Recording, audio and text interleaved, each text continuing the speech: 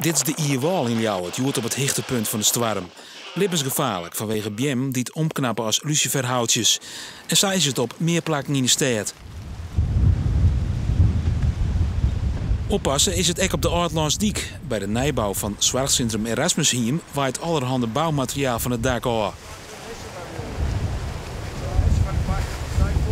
En ja, eens moet je gewoon net boeten komen, al heel dal net op een fiets.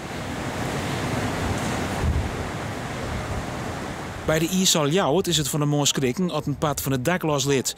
Op dat stuit binnen de goed 100 benen om het squallenreed rieden.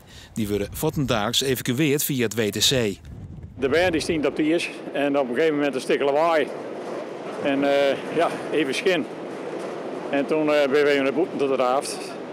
Nou, toen zeggen we dat die platen loslijden. Dus het eerste wat we gingen naar de band van de iers.